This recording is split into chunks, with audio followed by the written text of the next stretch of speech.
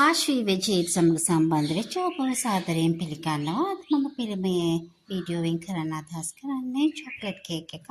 ඉතාමත්ම සුළු අමුද්‍රව්‍ය කිහිපයක් පමණ පාවිච්චි කරලා අවශ්‍ය නම් බටර් වෙනුවට මෙතන ඔයිල් පාවිච්චි කරන්නත් පුළුවන්. මෙතන බිත්තර නැතිව හදන චොක්ලට් කේක් එකක්. ඉතාමත්ම ඉක්මනින් ඒත් එක්කම සුළු අමුද්‍රව්‍ය ප්‍රමාණයක් මම මෙතන පාවිච්චි කරනවා. චොක්ලට් බිස්කට් මෙතන බිස්කට් 12ක් පමණ තියෙනවා. මෙතන පාන් පිටි කෝප්ප එකක් තියෙනවා. මෙතන කිරි කෝප්ප එකක් තියෙනවා. ෆ්‍රෙෂ් මිල්ක් පාවිච්චි කරන්න පුළුවන්. මෙතන මට දිය කරගත්ත බටර් හරි මේ වෙනුවට පොල් තෙල් හොඳ පොල් තෙල් ගන්නත් පුළුවනි.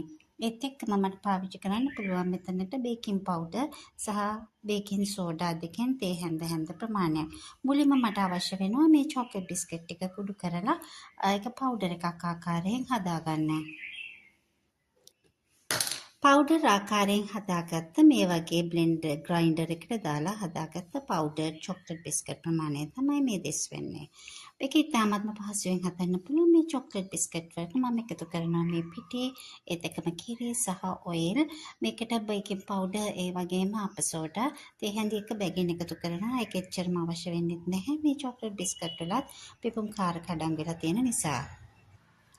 මම මේ බඳුනට දැන් මේ චොකලට් බිස්කට් ටික එකතු කරගත්තා. මට දැන් ඒකට එකතු කරගන්න පුළුවන් මේ බේකින් පවුඩර් සහ අප සෝඩා ප්‍රමාණ බැගින් එකතු කරගත්ත පිටි ටිකත් එක්කම කිරි ටික එකතු කරගන්න පුළුවන්. මම මෙතන ෆ්‍රෙෂ් බෙල් කිරි කෝප එකක් භාවිතා කරනවා. ඒත් එක්කම ඔයිල් මෙතන භාවිතා කරනවා. අපිට බටර් සහ බිත්තර මේ සඳහා අවශ්‍ය වෙන්නේ නැහැ.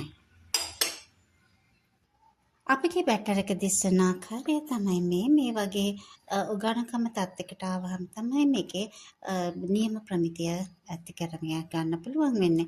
දැන් මේක පුළුවන් මට මේ වගේ බටර් ගාගත්ත තැටියක දාලා මේක මට පුළුවන් බේක් කරගන්න. එහෙම නැත්නම් ස්ටීම් කරගන්න. ඔබට පහසු විදිහට මම මෙතන තැටිය සූදානම් කරගෙන තියෙනවා. මට මේක ස්ටීම් කරගන්න පුළුවන්.